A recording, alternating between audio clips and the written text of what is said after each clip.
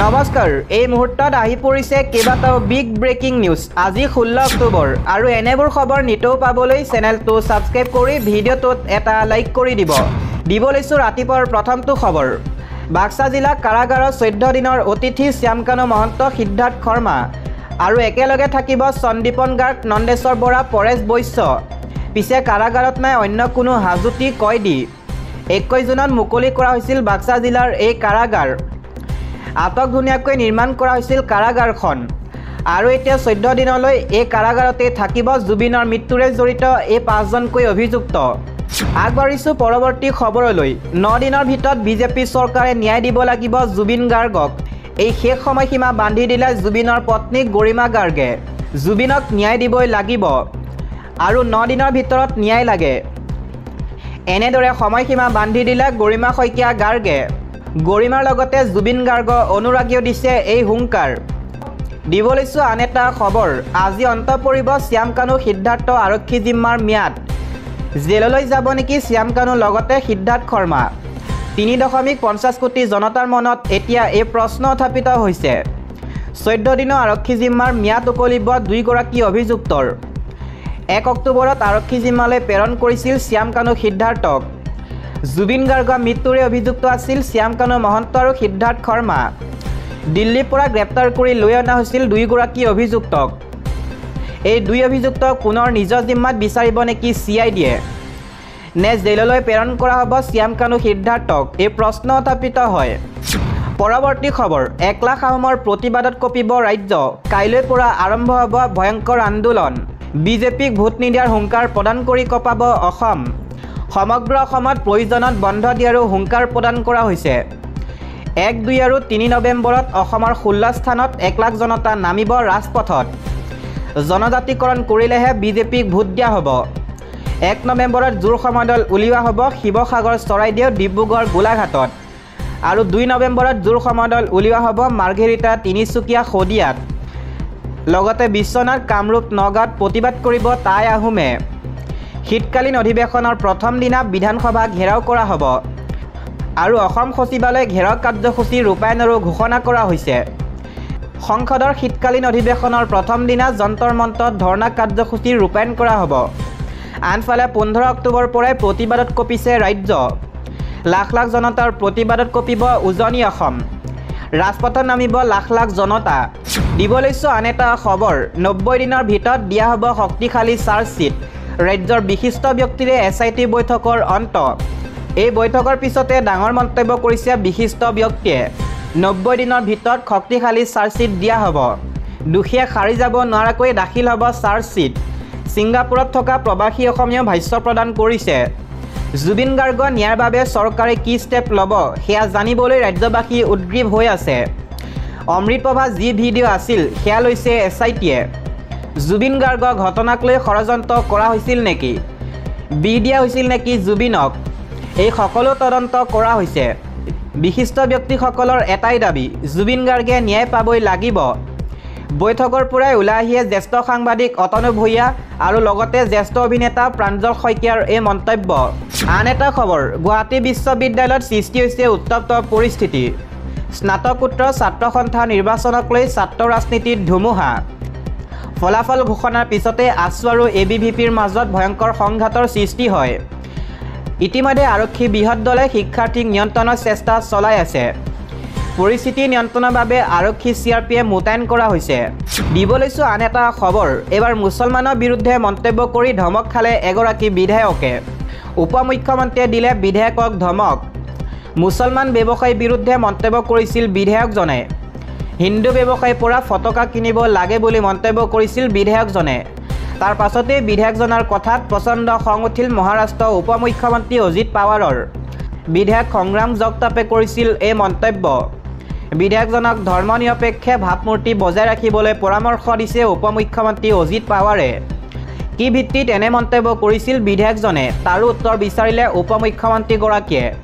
দিবলৈছো অৰুণোদয় আঁচনি হিতাধিকাৰীৰ বাবে এটা জৰুৰী খবৰ আপুনি অৰুণোদয় আঁচনি লাভ কৰা নাই নেকি তেন্তে এটা ফোন কলতেই আপুনি লাভ কৰিব অৰুণোদয়ৰ ধন বহু মহিলাৰ একাউণ্টত সোমোৱা নাই অৰুণোদয় আঁচনিৰ ধন অৰুণোদয় ধন নোপোৱা মহিলাৰ বাবে মুকলি কৰা হৈছে এটা বিশেষ নম্বৰ 7 অক্টোবৰত আপোনাৰ একাউণ্টত লাভ কৰা নাই নেকি অৰুণোদয়ৰ ধন নোপোৱাসকলৰ বাবে চৰকাৰে হেল্পলাইন নম্বৰ মুকলি কৰিছে সমস্যা নাইকিয়া কৰিবৰ বাবে থাকিব সুকীয়া অৰুণোদয় হেল্প ডেস্ক ধন নোপোৱাসকলে পোনপটীয়াকৈ দিব পাৰিব অভিযোগ ৰাজ্যৰ বিত্তীয় বিভাগে মুকলি কৰিলে হেল্পলাইন নম্বৰ টোল ফ্ৰী নম্বৰটো হৈছে 1800202626 যদি আপুনি ধন লাভ কৰা নাই তেন্তে এই নম্বৰত আপুনি দিব পাৰিব অভিযোগ দিব লৈছো পিএম কিষাণৰ হিতাধিকাৰীৰ বাবে এটা ডাঙৰ খবৰ পিএম কিষাণৰ 21 নং কিস্তি ধন পাবলৈ সাজু হওক আপুনি দেশৰ লাখ লাখ কৃষকৰ বাবে আহি পৰিছে এটা ডাঙৰ খবৰ 4 ৰাজ্যৰ কৃষকে ইতিমধ্যে লাভ কৰিছে পিএম কিষাণৰ 21 নং কিস্তিৰ ধন যিকোনো মুহূৰ্তত পিএম কিষাণৰ ধন লাভ কৰিব কৃষকসকলে নতুন নিয়মৰে এবাৰ দেশৰ কৃষকৰ একাউণ্টত জমা হ'ব ধন ইতিমধ্যে 4 ৰাজ্য পঞ্জাৱ হিমাচল প্ৰদেশ উত্তৰাখণ্ড আৰু জম্মু কাশ্মীৰত বিতৰণ কৰা হৈছে 21 নং কিস্তিৰ ধন বান আৰু বৰষুণৰ বাবে এই 4খনকৈ ৰাজ্যত আগতীয়াকৈ দিয়া হৈছে পিএম কিষাণৰ ধন শীঘ্ৰেই আন ৰাজ্যৰ কৃষকৰ একাউণ্টতো জমা হ'ব 21 নং কিস্তিৰ ধন এই ধন লাভ কৰিবলৈ আজিয়ে কৰি লওক ইকেৱাইচি আপডেট যদি আপুনি ইকেৱাইচি আপডেট নকৰে অন্যথা আপোনাৰ একাউণ্টত ধন জমা নহবও পাৰে গতিকে আপুনি ইকেৱাইচি আপডেট কৰাটো অতিকৈ গুৰুত্বপূৰ্ণ বা জৰুৰী হৈ পৰিছে দিব লৈছো আন এটা খবৰ শীঘ্ৰেই আৰম্ভ হ'ব উচ্ছেদ অভিযান ইতিমধ্যে দবকা বনাঞ্চলত 12শৰো অধিক পৰিয়াললৈ উচ্ছেদৰ জাননী প্ৰেৰণ কৰা হৈছে ৰাজ্যত পুনৰ আৰম্ভ কৰিছে উচ্ছেদ অভিযান আজি মুখ্যমন্ত্ৰী হিমন্ত বিশ্ব শৰ্মাই সামাজিক মাধ্যমত প্ৰকাশ কৰা তথ্য অনুসৰি পুনৰ উচ্ছেদ অভিযান আৰম্ভ কৰিছে তেওঁ আৰু কয় যে শ্ৰীভূমিৰ পাথাৰকান্দিত পুনৰ উচ্ছেদ চলাই 181 একৰ ভূমি উদ্ধাৰ কৰা হৈছে শেহতীয়াকৈ প্ৰকাশিত খবৰ অনুসৰি দবকাৰ অন্তৰ্গত যমুনা মোডেংগা সংৰক্ষিত বনাঞ্চলত বাস কৰা 1258টা পৰিয়াললৈ উচ্ছেদৰ জাননী জাৰি কৰিছে আৰু হুজাই বন সংমণ্ডলে এই বৃহৎ উচ্ছেদ অভিযান আৰম্ভ হোৱাৰ পূৰ্বে স্বেচ্ছাই ভূমি এৰি যাবলৈ 15 দিনৰ সময় দিয়া হৈছে উল্লেখযোগ্য যে উদমাৰী যমুনা গাঁও নিগাম আৰু কাষৰীয়া গাঁৱৰ দৰে অঞ্চলৰ বনাঞ্চলৰ ভূমিত দীৰ্ঘদিনীয়া বেদখলমুক্ত কৰাৰ লক্ষ্যৰে এই অভিযান চলোৱা হ'ব বুলি উল্লেখ কৰিছে চৰকাৰে বিষয়াসকলে অঞ্চলটো পুনৰুদ্ধাৰ কৰাৰ লগতে অসমৰ বনাঞ্চল পৰিৱেশ তন্ত্ৰ ৰক্ষাৰ বাবে কেইবাদিনো ধৰি প্ৰস্তুতি চলি আছে বুলি উল্লেখ কৰিছে ইফালে দশক ধৰি তাত বাস কৰা বুলি দাবী কৰা বহু বাসিন্দাই জাননী লাভ কৰাৰ পিছত উদ্বেগ আৰু অনিশ্চয়তাত ভুগিছে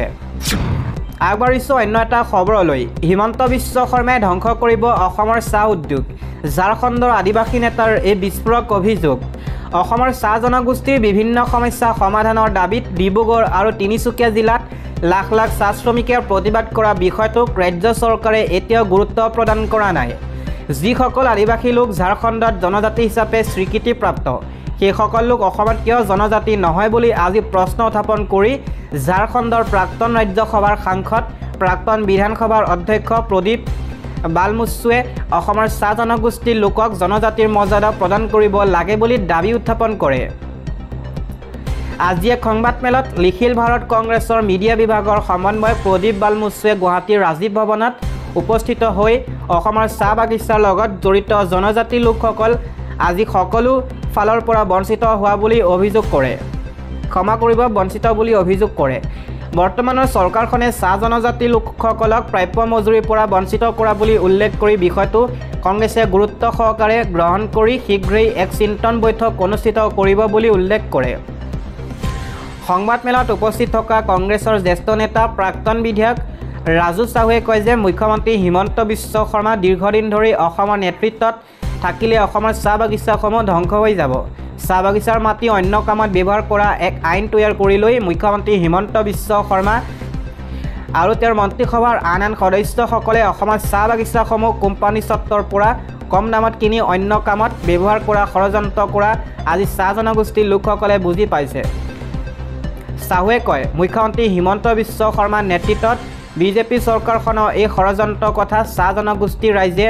অনুধাৱন কৰাৰ পিছতে উজনি অসমত লাখ লাখ লোক নিজৰ খৰচত প্ৰতিবাদ কৰিবলৈ ওলাই আহিছে তিনিচুকীয়া আৰু ডিব্ৰুগড়ৰ পিছত এই প্ৰতিবাদ যোৰহাট শিৱসাগৰ চৰাইদেউ শোণিতপুৰকে ধৰি সকলোতে হ'ব বুলি উল্লেখ কৰি চাহুৱে কয় যে মুখ্যমন্ত্ৰী হিমন্ত বিশ্ব শৰ্মাই চাহ জনগোষ্ঠীৰ এই প্ৰতিবাদত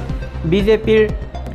লোকো আছে বুলি উল্লেখ কৰা ঘটনা অত্যন্ত হাস্যকৰ তেওঁ কয় প্ৰতিবাদী সভাত বিজেপি মুৰ্দাবাদ, হিমন্ত বিশ্ব শৰ্মা মুৰ্দাবাদ, নৰেন্দ্ৰ মোদী মুৰ্দাবাদ ধ্বনিৰে আকাশ বতাহ মুখৰিত হৈ আছে। বিজেপি মানুহে হিমন্ত বিশ্ব শৰ্মা মুৰ্দাবাদ দিয়াটো অত্যন্ত তাৎপৰ্যপূৰ্ণ বুলি চাহুৱে মন্তব্য কৰে। তেওঁ লগতে কয়, কেনি আৰু বাংলাদেশৰ পৰা ভাৰত চৰকাৰে কম দামত চাহপাত ক্ৰয় কৰাৰ ব্যৱস্থা কৰাৰ বাবে অসমৰ চাহ উদ্যোগ আজি ধ্বংসৰ মুখলৈ গৈছে। এই ষড়যন্ত্ৰ মুখ্যমন্ত্ৰী হিমন্ত বিশ্ব শৰ্মা প্ৰত্যক্ষ জড়িত বুলি তেওঁ উল্লেখ কৰে।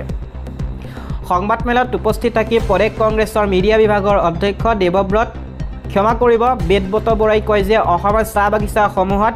কৰ্মৰত চাহ শ্ৰমিকৰ জীৱন নিৰ্বাহৰ মানদণ্ড পূৰ্বতকৈ নিম্নগামী হৈ আছে আৰু ইয়াৰ প্ৰতিবাদত অসম প্ৰদেশ কংগ্ৰেছ কমিটিয়ে 13 অক্টোবৰৰ পৰা এলানি প্ৰতিবাদী কাৰ্যসূচী আৰম্ভ কৰিছে।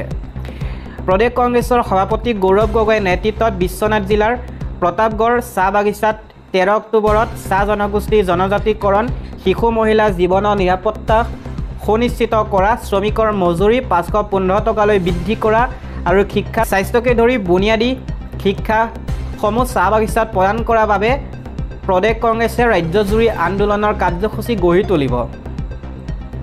বৰাই লগতে কয়, গৌৰৱ গগৈৰ নেতৃত্বত অসমৰ চাহ জনগোষ্ঠীৰ লোকক জনজাতিকৰণ কৰা বিষয়টো নিশ্চিত কৰিবলৈ কংগ্ৰেছ দলে চূড়ান্ত পৰ্যায়ত